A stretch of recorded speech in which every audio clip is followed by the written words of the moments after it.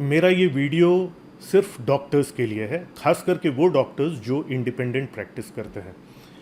आज नए साल का दिन है, लेकिन हिंदू नववर्ष मैं नहीं मना रहा हूँ, क्योंकि दौसा की घटना से जैसे आप सब स्तब्ध हैं, मैं भी स्तब्ध हूँ। ये जो घटना हमारी हुई है, बहुत दुखद घटना हुई है, और ऐसी न जाने कितनी अनरिपोर्टेड घटनाएं अगेंस्ट डॉक्टर्स जो है वो होती रहती है। और इसलिए मुझे ऐसा लगा कि आज के इस नव वर्ष पे मैं एक ऐसा छोटा वीडियो बनाऊं जिसमें मैं अपने दिल की बातें आप तक पहुंचा सकूं, और आपके क्या रिएक्शंस हैं, आप इसके बारे में क्या सोचते हैं, आपके क्या सुझाव हैं, इस वीडियो के साथ में आप ज़रूर संलग्न कीजिएगा। डॉक्टर्स सॉफ्ट टारगेट होते हैं, ये अब हमको पिछले 20-30 सालों से पता चल गया है कि डॉक्टर्स सॉफ्ट टारगेट होते हैं, क्योंकि डॉक्टर्स का self defence mechanism individual level पे नहीं होता है, और ग्रुप लेवल पे भी चूंकि इंटेलेक्चुअल्स का ग्रुप है, जहाँ पे जितने ज़्यादा एजुकेटेड लोगों का ग्रुप रहेगा वहाँ पे उतनी यूनिटी कम रहती है। ये ओवरऑल जो है ये देखा गया है, और इसीलिए ग्रुप भी ओवरऑल जो है वो कमज़ोर हो जाता है। कुछ ना कुछ एक्टिविटी होती है, लेकिन उसके बाद में सब कुछ ठंडा पड़ जाता है। इसको प्लीज़ व्यक्तिगत रूप से ना लें, इसको किसी और तरीके से ना देखें, लेकिन ये सर्वव्यापी है कि जहाँ पे जितने ज़्यादा एजुकेटेड लोगों का संग्रह होगा वहाँ यूनिटी उतनी कम होती है, क्योंकि हर एक व्यक्ति अपने ओपिनियन को सर्वोपरि मानता है। सो अगेन, अब ये जो ऐसी घटनाएं आगे ना हो, उसके लिए कुछ प्रोएक्टिव मेजर्स हमको लेने पड़ेंगे और कुछ रिएक्टिव मेजर्स हमको लेने पड़ेंगे। प्रोएक्टिव हम सबको पता है, prevention is better than cure. कोई घटना हो जाए, कोई डॉक्टर पिट जाए, कोई डॉक्टर की मृत्यु हो जाए, उसके बाद में रिएक्टिव मेजर्स ठीक है, but proactive measures, preventive measures पे चर्चा करना बहुत ज़रूरी है। मेरे हिसाब से अगर आप एक इंडिपेंडेंट प्रैक्टिशनर हैं, तो आप कितने भी अच्छे डॉक्टर हो, आप कितने भी काबिल डॉक्टर हो, आप कितनी भी सेवा करते हो, आपका एक पीआर वर्क होना चाहिए, या पीआर यानी पब्लिक रिलेशंस जिसको बोलते हैं, एक पब्लिक रिलेशंस डिपार्टमेंट या पब्लिक रिलेशंस आपके से रिलेटेड आपकी एक्टिविटी होनी चाहिए, भले छोटे स्केल पर हो, भले छोटे लेवल पर आप करें। देखिए, जितने कॉरपोरेट हॉस्पिटल्स होते हैं, कॉरपोरेट हाउसेज मेडिकल से रिलेटेड हो या ना हो, उनकी एक ज़बरदस्त पीआर पॉलिसी रहती है, और किसी भी प्रकार की दुर्घटना को, किसी भी प्रकार की मिसहैप को उनको हैंडल करने की टेक्निक रहती है। हमारे पास नहीं रहती, क्योंकि ये सब हमको मेडिकल कॉलेज में सिखाया भी नहीं जाता, और हमको लगता है कि अगर मैं अच्छा डॉक्टर हूं तो सब कुछ ठीक है, पर ऐसा नहीं है दोस्तों। हम सब बहुत वल्नरेबल हैं।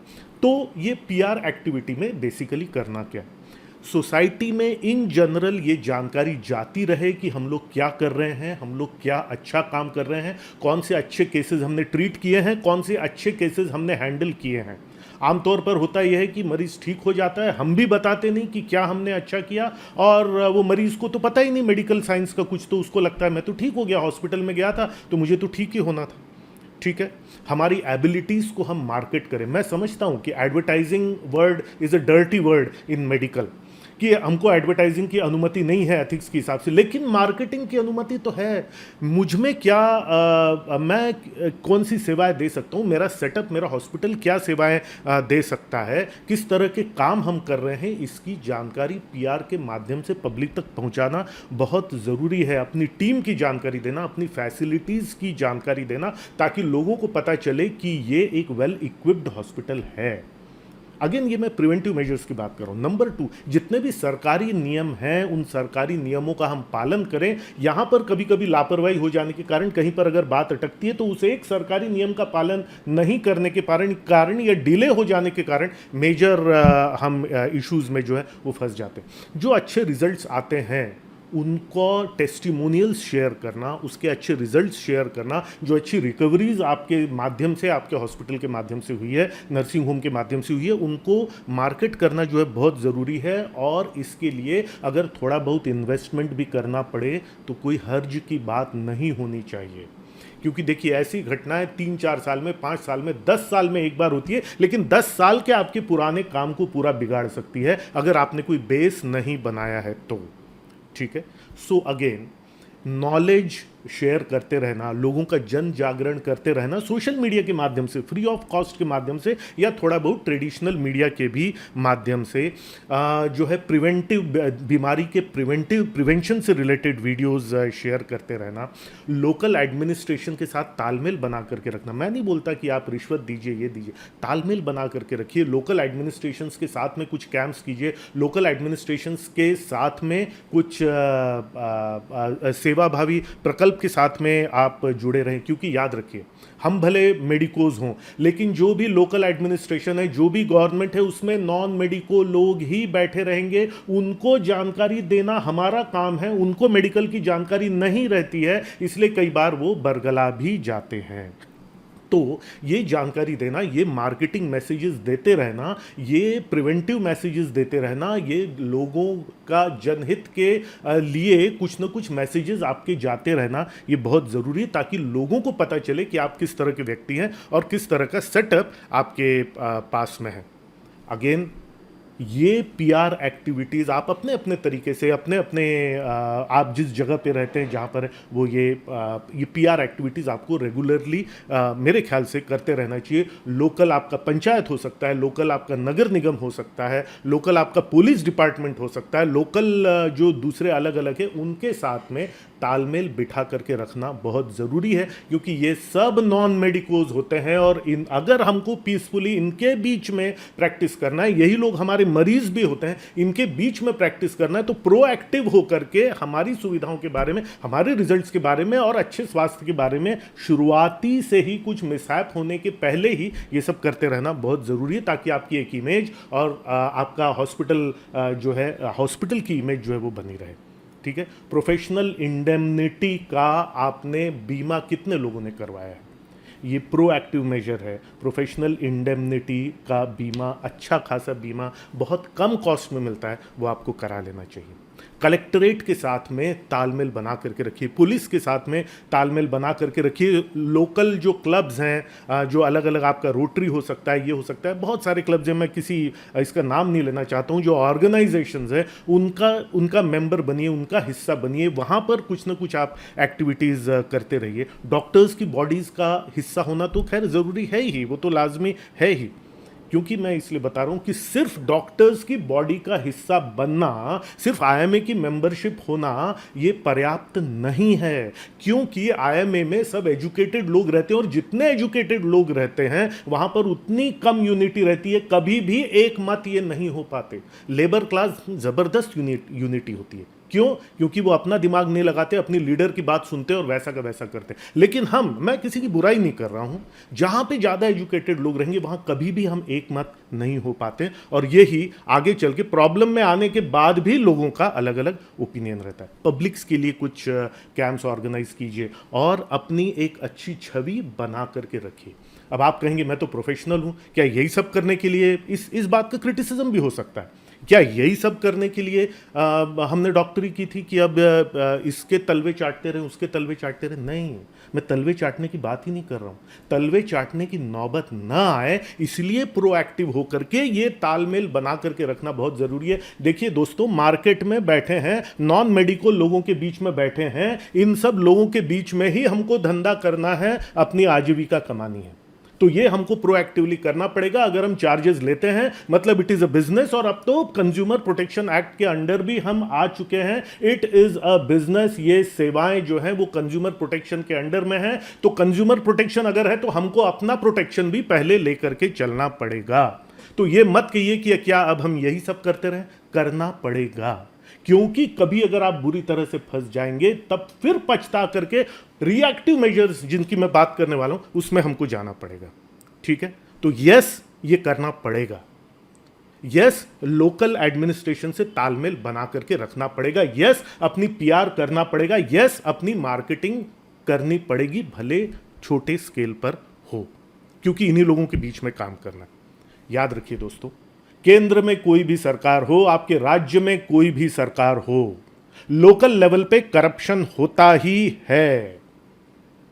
और इसीलिए कोई अगर आपके पीछे पड़ जाए, कोई अगर आपको टारगेट बना ले, तो कोई पार्टी हो, कोई कुछ हो, कोई प्रधानमंत्री हो, कोई ये हो, मैं बिल्कुल नॉन पॉलिटिकल बात कर रहा हूँ, कोई भी पार्टी हो, लोकल लेवल पे आपको काम करना है, इसलिए लोकल लेवल पे आपका तालमेल होना चाहिए। मैं बिल्कुल नहीं बोल रहा हूँ कि कोई रिश्वत वगैरह की बात है, रिश्वत की बात ना आए इसीलिए ये सब चीज़ें हमको करना बहुत ज़रूरी है। ठीक है, तो अगर कोई भी हो, देश कोई भी चला रहा हो, प्रदेश कोई भी चला रहा हो, हमको काम करना है लोकल एडमिनिस्ट्रेशन के बीच में, इस बात को हमेशा ध्यान रखें।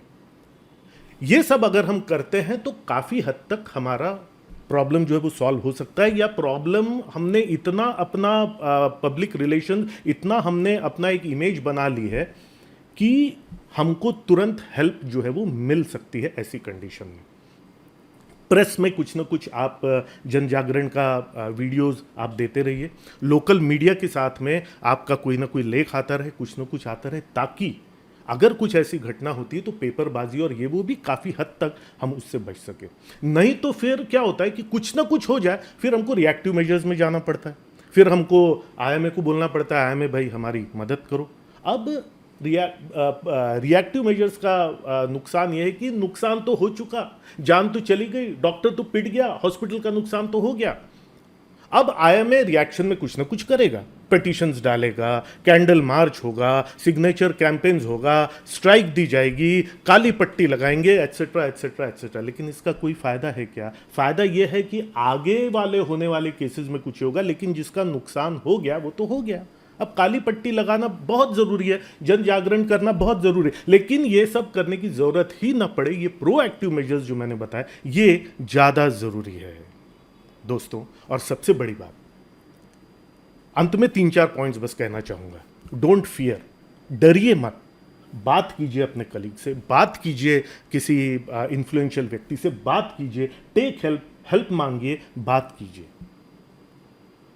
क्योंकि हर व्यक्ति समाज का बुरा नहीं है। अगर आपने एक अच्छी इमेज बनाई है, अगर आपने जन जागरण का काम काफ़ी सारा किया हुआ है, कोई ना कोई तो होगा जो आपकी मदद करेगा, हर कम्युनिटी में कोई ना कोई ऐसा व्यक्ति तो होगा।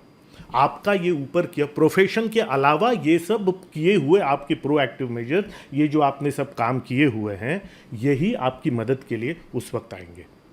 ठीक है, और याद रखिए, केस अगर कंज्यूमर फोरम में भी जाता है, अगर आपका पेपर वर्क पूरा है, ठीक है, अगर आपका पेशेंट के साथ में और उसके मरीज, उसके रिलेटिव्स के साथ में अगर आपका कम्युनिकेशन अच्छा है, अगर आपने ड्यू डिलीजेंस लिया है, तो बहुत मुश्किल है डॉक्टर का नेग्लिजेंस प्रूव करना कोर्ट केस में।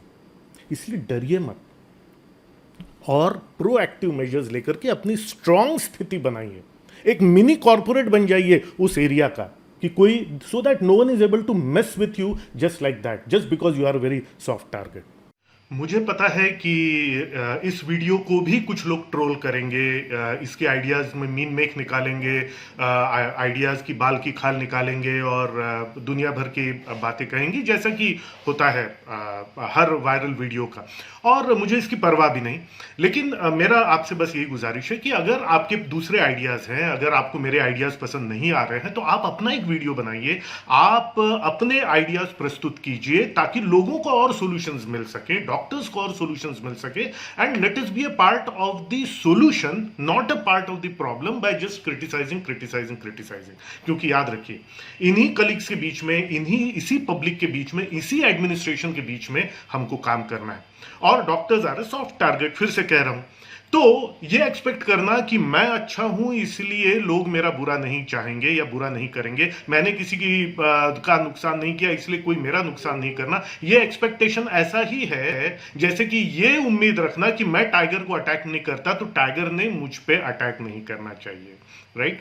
सो दुनिया इस प्रकार की रहेगी। हम पहले अपने आप को कैसे प्रोटेक्ट करते हैं ताकि हम फिर दूसरों को प्रोटेक्ट कर सकें, ये समझना बहुत ज़रूरी है। जिस तरह के फ्लाइट्स में कहा जाता है कि आप पहले अपना मास्क लगाइए और फिर दूसरों को मास्क लगाने में मदद कीजिए। सो दोस्तों, अगर आपके पास दूसरे आइडियाज़ हैं, प्लीज़ शेयर कीजिए, अपना एक वीडियो बनाइए।